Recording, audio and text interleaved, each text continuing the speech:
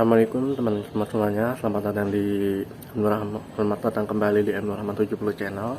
Hari ini saya sedang berada di perpustakaan kampus ya, di kampus saya ini gitu ya, di Laraiba. Hari ini saya akan membahas seputar topik yang akan saya bahas nanti gitu ya, yaitu tentang suatu hal gitu ya, yang mungkin kita perlu kita sadari juga gitu ya, tentang suatu hal tersebut gitu ya. Bagaimana mungkin kita kurang lebih memahami arti kehidupan kita masing-masing gitu ya. Soalnya juga kita namanya manusia gitu ya, kita mungkin kurang paham lah dengan alur kehidupan kita sendiri gitu ya. Gitu. Oke. Sebelum topik saya dimulai ini, alangkah lebih baiknya like, komen, dan subscribe ya. Terima kasih sudah menonton, dan terima kasih juga sudah hadir dalam channel saya ini gitu ya. Oke, topik yang akan saya bahas sekarang ini tentang hal-hal budaya maklum lah gitu ya. Temanya itu tentang biasa diangkut-angkut gitu ya, atau mungkin kita lihat gitu ya, tentang suatu slogan atau suatu poster tentang harap budaya maklum. Nah, temanya seperti itu gitu ya. Temanya itu ya, judulnya yang akan saya bahas ini adalah kenapa sih orang tidak bisa memaklumi diri kita gitu seperti orang lain lah gitu ya.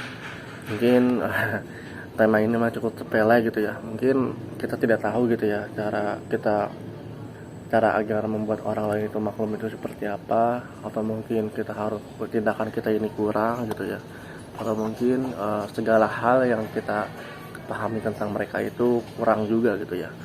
Nah, sebelum hal itu terjadi gitu ya, mungkin saya sedikit ada cerita gitu ya mengenai topik hal ini gitu ya. Nah, dalam cerita saya ini, saya bercerita tentang bagaimana sih gitu ya, kok ada sih ya orang-orang kayak begini gitu ya, kok ini orang kenapa dia bisa sopan sama orang lain, ternyata sama sopan kepada diri kita sendiri itu tidak bisa gitu ya. Kenapa orang-orang seperti itu gitu ya, maksudnya kurang ajar lah gitu ya, kurang etika. Dan kita tahu lah gitu ya, ketika kita bisa memaklumi ketika orang-orang itu bisa memaklumi siapa diri kita gitu ya, meskipun kita orang lain gitu ya, tetap kita harus hormati juga lah gitu ya, intinya seperti itu. Kenapa nih orang tidak menghormati orang lain? Maksudnya ya menghormatinya itu secara pilih-pilih lah gitu ya, tanpa pandang bulu atau tanpa hal-hal yang mungkin terikat lah dengan etika di masyarakat tertentu itu sendiri gitu ya. Nah, kenapa orang-orang ini ada gitu ya? Setiap kita lihat gitu ya, orang-orang ini kan kalau kita pelajari dari etika bertamu gitu ya. Nah, yang namanya kita ingin bertamu, pasti kita harus mengetok-ketok pintu rumah terlebih dahulu ya kan, baru kita bisa bertamu ke rumahnya gitu ya. Dikalau orang yang punya rumah ini membukakan pintunya ya kan, kalau misalkan dia tidak membukakan pintunya gitu ya, otomatis ya kita tidak ada hak apa-apa di situ gitu ya kan. Kalau kita memang sekedar bertamu gitu ya, namun tuan rumahnya ini tidak membukakan pintu, ya kita jangan terlalu arogan juga gitu ya, jangan dibalas dengan arogansi juga gitu ya. Mungkin ada suatu maksud tertentu gitu ya dalam problematika yang ada di rumahnya gitu ya, atau mungkin kita datang di situasi yang tidak tepat lah gitu ya, istilahnya seperti itu. Nah, adapun juga ketika kita ketahui gitu ya, mungkin ada beberapa orang atau mungkin istilahnya ya, mungkin dia itu tidak tahu etika bertamu itu seperti apa gitu ya. Dalam suatu contohnya seperti ini. Nah, saya pernah tuh ya dengar suatu kejadian dalam sebuah buku gitu ya, dimana suatu kejadiannya itu gitu ya, ada orang gitu ya, misalkan kita gitu ya, kita sebagai punya tuan rumah gitu ya, tiba-tiba ada orang yang bertamu ke rumah kita gitu ya. Nah, kita sebagai tuan rumah gitu, kita harus melayani tamu itu gitu ya, meskipun kita tidak memandang bulu lah gitu ya siapa yang datang ke rumah kita gitu ya. baik itu gelandangan ataupun pejabat yang kaya raya lah gitu ya. Kalau misalkan niatnya baik ya kita terima lah, seperti itulah, kurang lebih seperti itu. Namun ketika kita tamu itu datang ke rumah kita gitu ya, kita jamu dengan baik, dengan kita tahu maksud kedatangan dia seperti apa, seperti ini, seperti ini, seperti ini. Namun ketika kita juga tidak lama-lama gitu ya untuk melayani dia, karena kita ada suatu acara tertentu gitu ya, yang mungkin kita tidak mengharapkan tamu itu berlama-lama di rumah kita gitu ya, karena mungkin ada acara tersendiri bagi kita gitu ya, untuk misalkan kita pergi ke kondangan ya kan, ataupun kita pergi ke ada acara lah di suatu tempat lah gitu ya. Namun tamu ini gitu ya bersifat seperti tuan rumah gitu ya, artinya ada tuan rumah yang datang ke dalam tuan rumah itu sendiri, ke rumah tuan rumah itu sendiri. Artinya di sini ada dua tuan rumah gitu ya, yang satu tuan rumahnya tidak mau dianggap sebagai tamu, yang satu lagi tuan rumahnya itu melayani tamunya gitu ya. Nah di sini ada kotak-kotak orang-orang yang seperti itu gitu. Nah kotak-kotak seperti ini memang kita bisa gunakan dengan cara yang memaksa mereka gitu ya, ataupun kita juga sebagai tuan rumah yang aslinya gitu ya, mungkin kita juga harus tahu juga lah gitu ya tentang etika bertamu gitu ya, atau mungkin dia memang berlaku sewena-wena lah, semena-mena lah gitu ya, kompleksitas lah gitu ya, ada tindakan mereka sendiri gitu ya. Artinya jika kita udah singgung mereka gitu ya, agar tidak usah berlama-lama di sini gitu ya, dengan singgungan, maaf ya kita ini lagi ada acara gitu ya, sehingga kita nggak bisa lama-lama di sini ya, mohon maaf ya, kalau mau nanti kesininya nanti di lain waktu saja gitu ya. Namun ketika kita sudah menyinggung mereka seperti itu gitu ya, mereka tuh kadang-kadang memandang kita tuh seperti dari bagi pandangan mereka tuh seperti kita tuh sedang menyinggung diri kita sendiri gitu ya.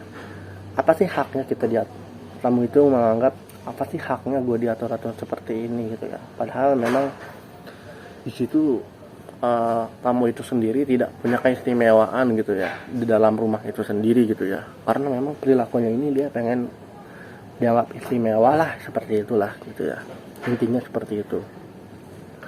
Kenapa gitu ya orang-orang seperti ini nih gitu ya, ya memang sedikit memandang berat hati orang yang pemilik rumah itu gitu ya,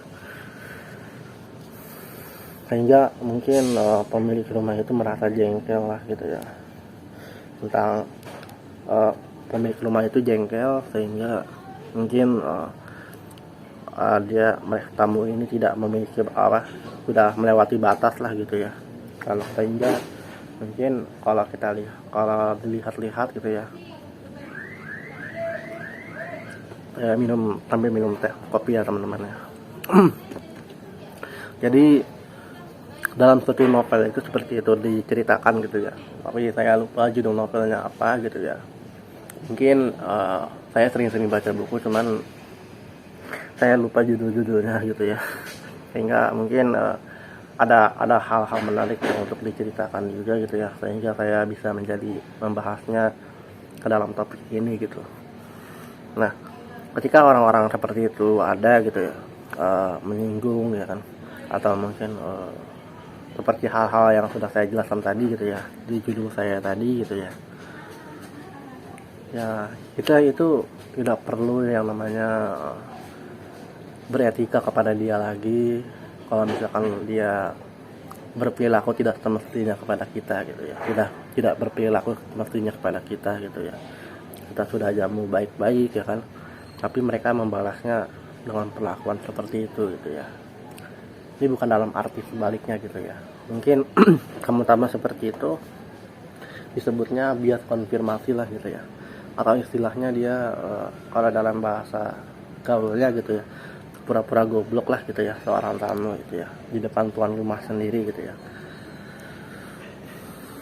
Nah jadi intinya gitu ya, dalam situasi yang sekarang ini gitu ya, perilaku mereka gitu ya, seperti orang-orang yang bertamu-tamu seperti ini mungkin sedikit sensitif dalam kehidupan kita gitu ya. Meskipun mungkin pada akhirnya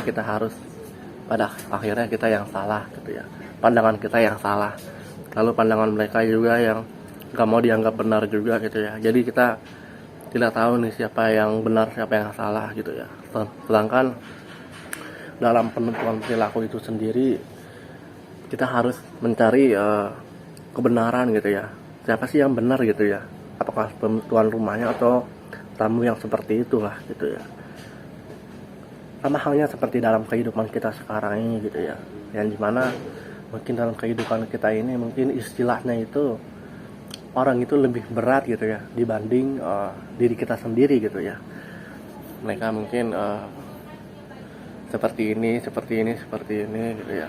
Mungkin sudah sering saya tanyakan kepada teman-teman saya gitu ya, tentang orang-orang yang seperti itulah gitu ya. Maksudnya kenapa sih ini orang terlalu berperilaku semena-mena gitu ya, padahal kita nggak semena-mena loh, tapi dianggapnya semena-mena gitu ya. Nah di sini mungkin sedikit ada bias konfirmasi dari mereka gitu ya, atau mungkin istilahnya beda-beda gitu ya. Ada yang disebut bias konfirmasi, ada yang disebut miskomunikasi, ada yang disebut sebagai sama-sama tolol gitu ya, sama-sama tolol gitu bahasa kasarnya. Jadi gitu. Jadi orang-orang yang mungkin tidak bisa memaklumi diri kita gitu ya, mungkin cukup menyakitkan juga bagi diri kita ini gitu ya, untuk memahami orang-orang seperti itu.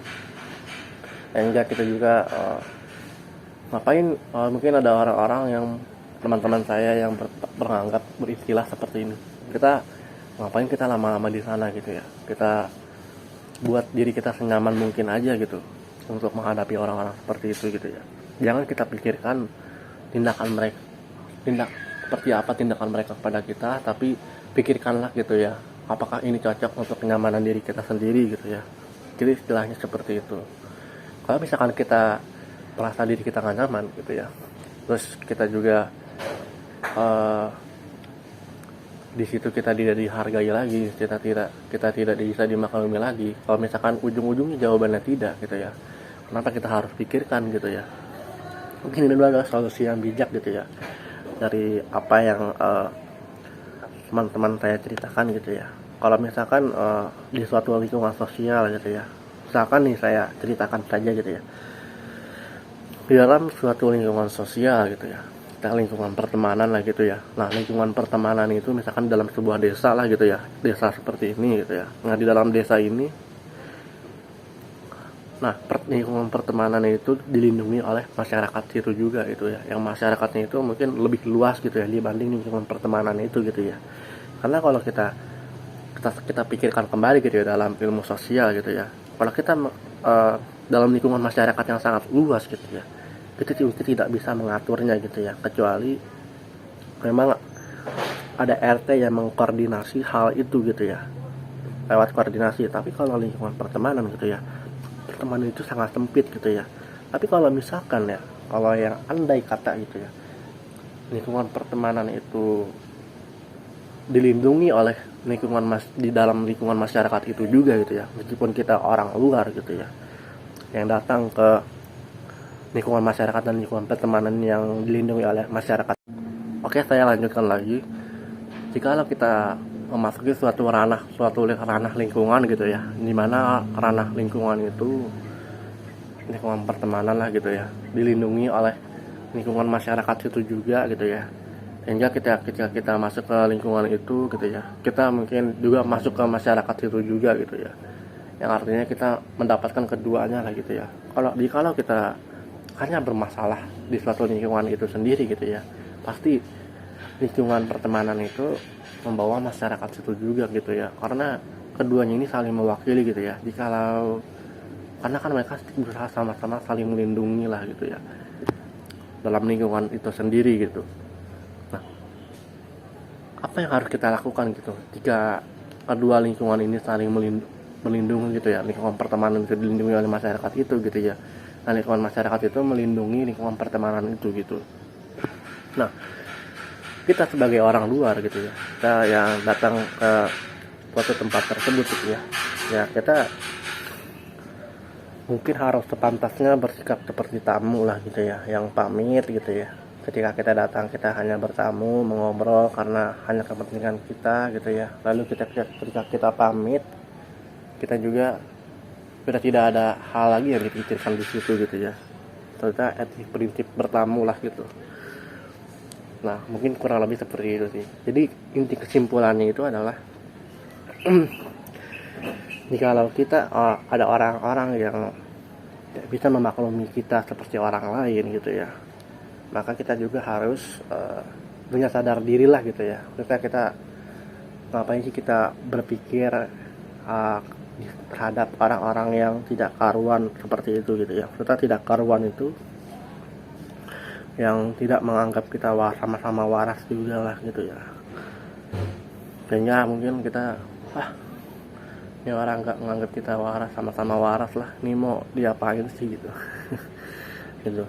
Mungkin begitu saja pembahasan cerita saya kali ini ya, kurang lebihnya mohon maaf gitu ya. Terima kasih sudah menonton.